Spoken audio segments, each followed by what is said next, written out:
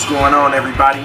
This is the Alkaline Healer right here. Everybody out there that's like, how do I make sea moss gel with the right consistency on my own? I'm gonna show you step-by-step process on how I make my personal in-house sea moss gel. So what we got here is the golden sea moss, all right, from the Solomon Islands. And this is very salty, very thick veins, as you can see.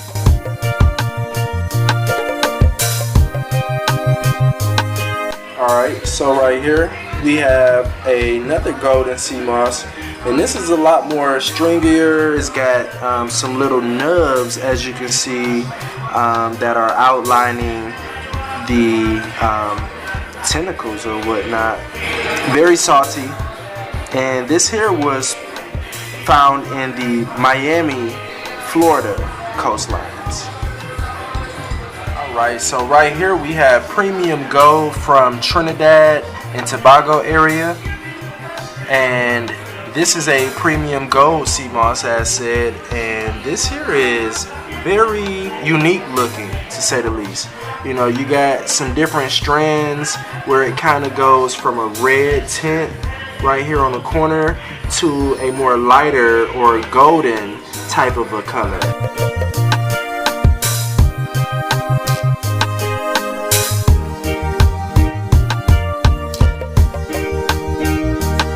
Right here we got premium purple sea moss, fresh from the islands and the coastline of Kingston, Jamaica. Yeah, man. So this here is a very light featherweight, okay, type of a sea moss. Dry as a bone, no salt crystals whatsoever. So right here we got some cold water North Canada dark red premium purple sea moss right here. Very intricate in how it's bundled up, very thick and coarse, very thin in the veins, but how it's bundled up is thick. So with this here, this is dry as a bone, as you can see, no salt anywhere. However, there is a lot of sea creatures on the inside tucked up under those bundles, in that thick bundle there. Krill, shrimp, you name it. So right here you got a golden sea moss, alright, thin in the veins, not really too thick, as you can see, but very salty. This here comes from the coastline of Jamaica as well.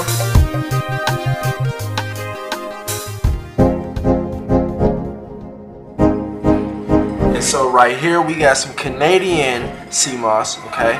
Obviously it's a lighter color, but nonetheless it does grow in the Canadian cold waters. Alright, and this is powdered up organic Irish moss. So like I said, I really like to make my sea moss gel personally here in the house, especially in a unique, different kind of way. So I use, 6, 7 different sea mosses that come from various different sources. So step 1 is going to be your rinsing process. So you want to get you a deep bucket to start off with. Dump all of your sea moss in that deep bucket, okay? And then you're going to fill up with what I like is spring water to soak my sea moss in.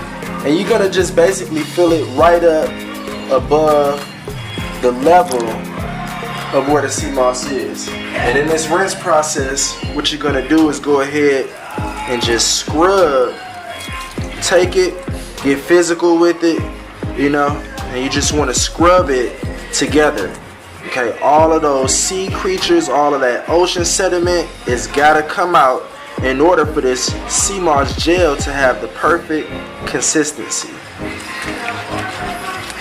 Alright, so after it's been soaking for about 10 minutes, just a little bit, like I said, this is just a very light rinse, just to get the ocean sediments and the krill and the shrimps and stuff like that to float up to the top and get all of that stuff out the way. Alright, then you want to go ahead and drain this out. Okay, pour this dirty water out. As you can see, this water, coming out of here, it's brown. Okay, so we got a lot of salt, a lot of dirt, a lot of ocean sediment fresh out the way. So the next thing that you want to do is go ahead and just fill this up right back up with water, covering just over the top. And this here is going to soak for 24 hours at a minimum. You can soak it up to 48 or even 72 hours. So if you are blessed to live in the sunshine state of Florida, then you already know that you can grow all natural key limes right in your backyard. And that's going to be the case for today. I love to soak my sea moss right before the gel process, okay, into some key limes, cut open of course, right? And you just squeeze that juice out, let it soak with the juice, with the peel, with the seeds, all of that, just so that you can kind of get that sea and oceany taste out of your sea moss, okay? So,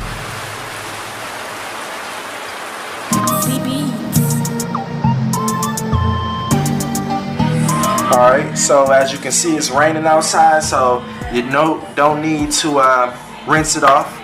Already rinsed. We got the seeds in there, all of this juice, and as you can see, this is real light green too, so it's definitely right.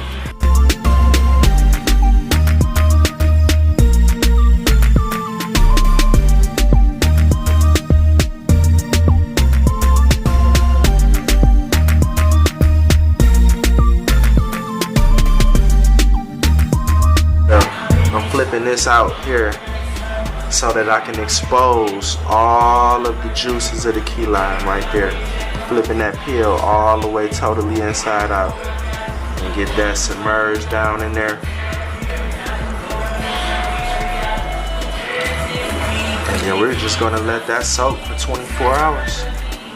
I assure you that this process here does not mean that your water is shrinking. No, no, no. It does mean, however, that your sea moss is expanding. Once that happens, you just want to add a little more water over it just to cover.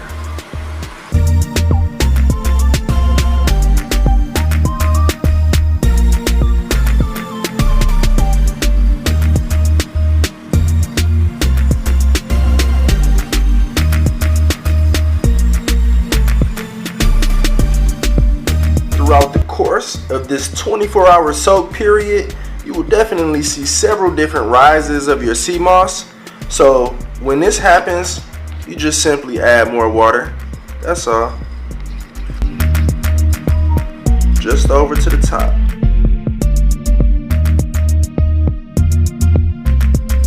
In this next step, what you're going to do is basically go ahead and take your sea moss out, and you want to put it into a pot to get some heat put on it, okay?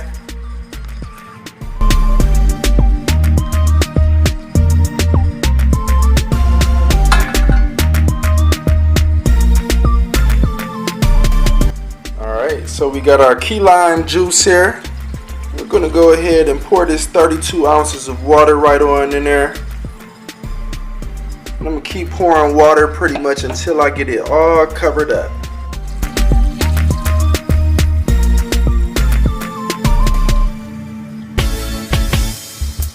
Alright, so we got it all covered up here. And now we're going to go ahead and put some high heat on this here. Get the water to boiling, and then once the water comes to a boil, we're going to cut that down to like a 2 or a low, if you will. And you're going to let that simmer for about 20 to 30 minutes. I understand that some people don't like to have their sea moss on the stove top getting heated up, but the purpose of me doing it is mainly because the sea moss has time to liquefy a little bit, which makes for a better consistency once it goes on to the next step, which is to go ahead and chop it up in the blender.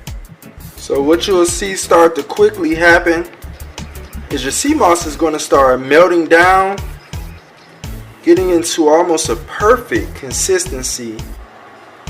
You want to get you a good stir during this cook process while you're steeping your sea moss for 20 to 30 minutes. Alright, so just before we get a chance to boil over here, we're going to turn that heat down to a 2 like I said, or a low, And we're going to go ahead, and this is when you're going to mix in your powdered sea moss if you're doing an ultra mix such as I'm doing now.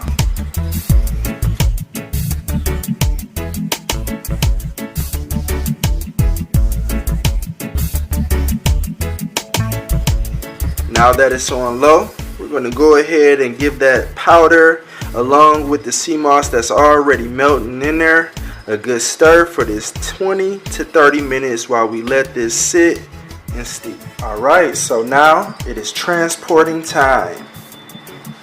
And we are going right into the Huntington Beach blender. Alright, so if you have a lot of sea moss gel that's going into your blender, you only want to fill that up about halfway, because once this stuff starts to shaking up and blending up, it's going to start bubbling up, and you don't want it to bubble over.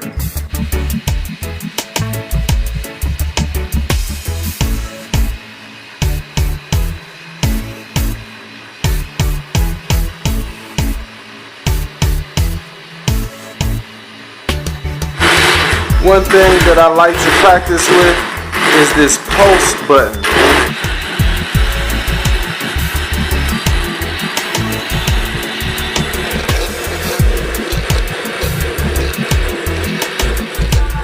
Let's check this consistency now.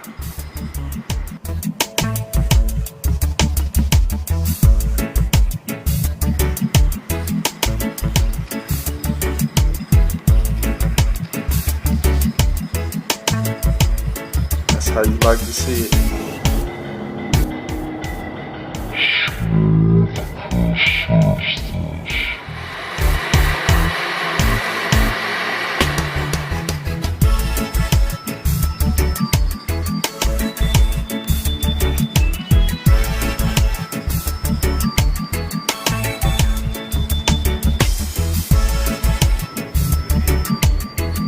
Thank you so much, kings and queens, for tuning in today.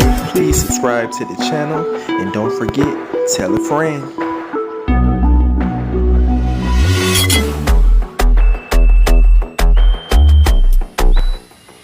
Hey, so I bought some sea moss shampoo from this guy on Facebook. I washed my hair with it, I washed my face with it, and I'm like really amazed at the results, to be honest. I tried to make some shampoo once and it didn't work out that well, but I'm gonna have to try again because my hair is drying up so soft and it's not tangly at all. I'm letting it dry by itself. So yeah, I just wanted to let you all know that definitely got the sea moss conditioner out there, the sea moss shampoo. So no more chemicals for the hair. Yay.